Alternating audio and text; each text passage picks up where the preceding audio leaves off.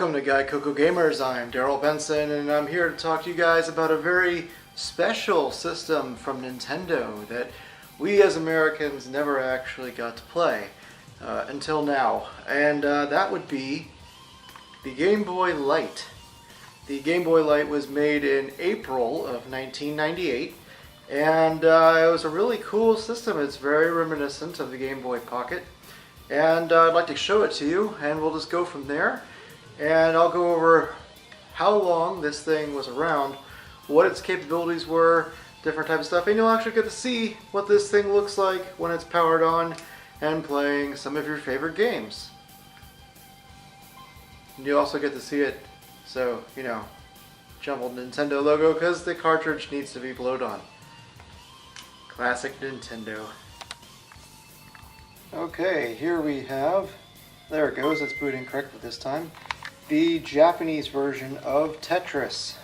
Tetris is one of my, and frankly, most people's favorite Game Boy games. Put down the volume here. Classic Tetris. Now as you can tell, the indigo light is on, but if I turn that off, it's pretty much a Game Boy Pocket. I will not be able to do a good job as I'm playing this through the camera. But as you can see, it does everything just fine, has a reflectant screen, and it does a very good job. Now what really is nice is that you have this little switch here, and it goes from on to light to on to off. I'm not going to turn it off, but when you put it on light mode, it'll make it a little easier to see, in which I'll demonstrate here shortly. By turning off the lights, more lights, even more lights. And look at that, plays very well. Now I will say this, games like this work great because they're slow. You have the ability to go ahead and see things on a screen like this, which did not have a very good refresh rate. It had a much better refresh rate than the original Game Boy, of course, but compared to maybe a Game Boy Advance SP, it makes it actually very hard to play certain games accurately, including platformers like Mario.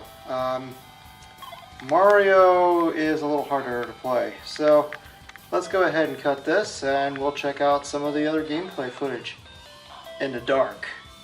Here we have one of my favorite Game Boy games, Kicks, or as Classic Game Room Mark likes to pronounce it, Quicks, which is not right, actually. But that's okay, his videos are awesome. So you are Sticks, trying to go ahead and get away from Kicks. I can't see. Yeah, this is very hard to play this game, but it shows up great on the Game Boy Light, as you can see. Let's go on to something a little bit more challenging to see with a screen like this. This is actually my favorite game on the Game Boy. This is F1 Race. Very popular racing game for the original fat Game Boy, which I also played on my red Game Boy Pocket back in the day.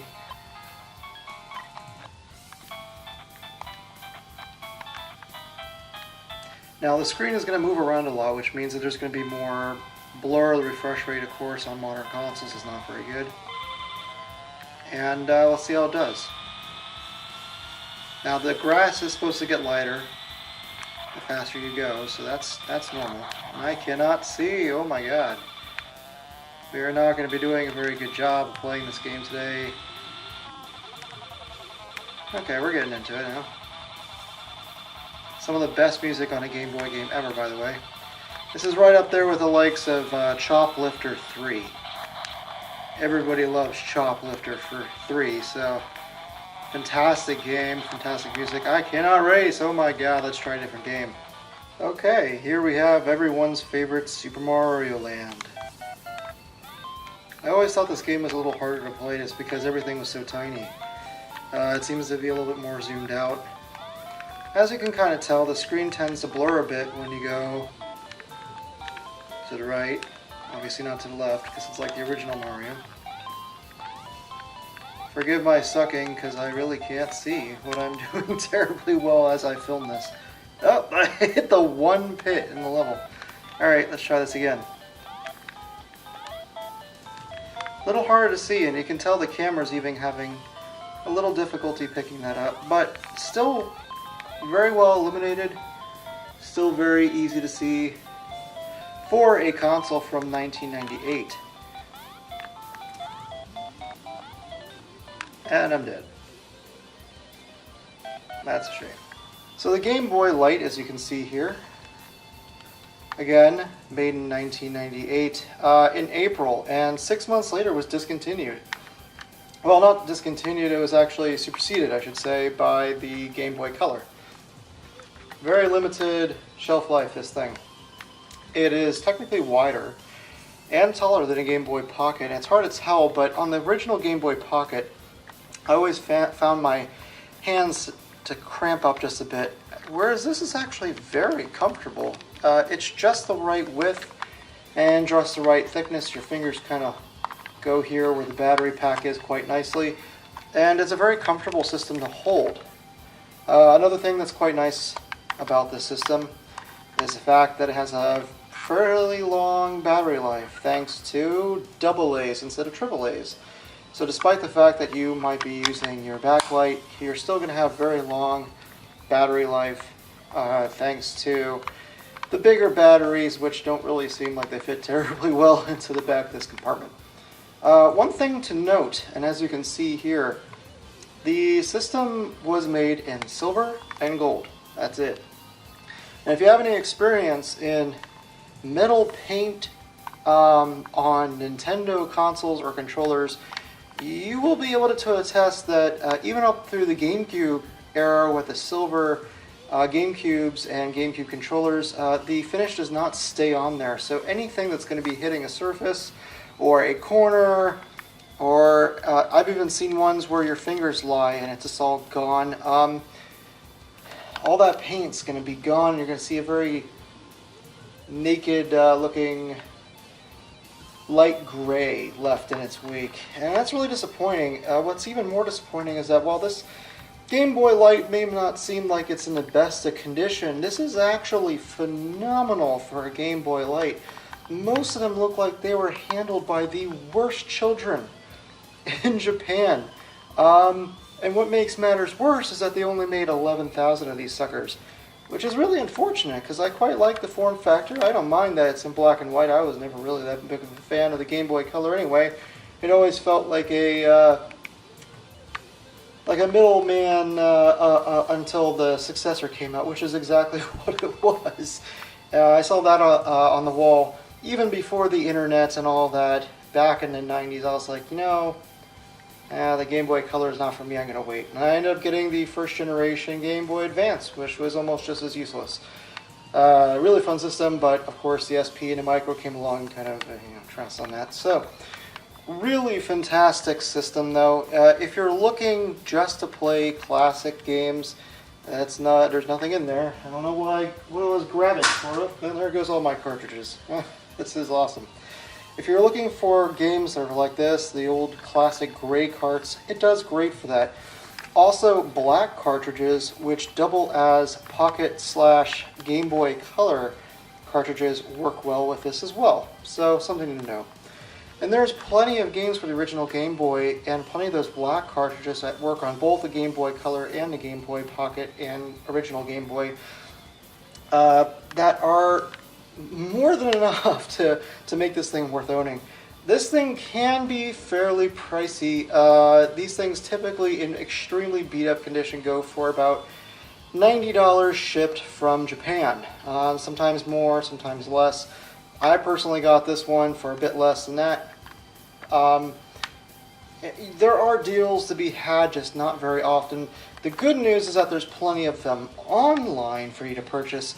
However, again, the bad news is that good luck finding them in any condition that's like worthy of being a collector. If you do happen to find a new one in box, or even frankly one that's decent looking in a box, they go for a lot of money. However, be warned, just as the battery compartment goes ahead and wears down by being set on a table, In the box, there was no protection inside the cardboard box, and through time of it going like this up and down the box, through transportation and the like, the paint goes away. So even if you find a new one, please be aware that it's probably not going to look new when you open up the box. Otherwise, it's a great console. However, for the price, you can go ahead and get a 101 model Game Boy Advance SP, which is the one with the backlight that's very bright, not the front lit one that was the 001. I personally was able to find a 101 for about $35, $38 or so. However, they're typically priced anywhere from $55 to $85. The ones that are $85 are in brand new condition. They've had replacement shells and the whole 9 yards. I'd actually recommend going that route. Also, as you can tell, the screen is exposed. There's some scratches, unfortunately, nothing major, but this is a system that you might have at home in your collection. Maybe play on your couch, but probably isn't a very good idea to take out. Use that Game Boy Advance SP they made a bajillion of, and just use that instead. But you know, if you really want to test out like the only handheld, well, until the new 3DS, the small one, the only handheld that did not come to America that was made by Nintendo in the Game Boy post Game Boy era, you know, check it out. You know, like I said, 11,000 only exist. Only in Japan, not even Europe got these suckers, and it's a great system, and it's still a lot of fun to play today. You decide whether or not you think it's worth the money. If you already have a Game Boy SP, this looks pretty nice next to your existing Game Boy Pocket or original Game Boy collection, and you can just have it here and dance around with it. Everything's great. Okay. Anyway, that's the end of my review. Please go ahead and subscribe and comment and rate. We've been getting a lot more subscriptions, comments, and likes, and we've been loving it, and it just really motivates us to make more content. So if you like this and you want to see more, please go ahead and keep supporting us.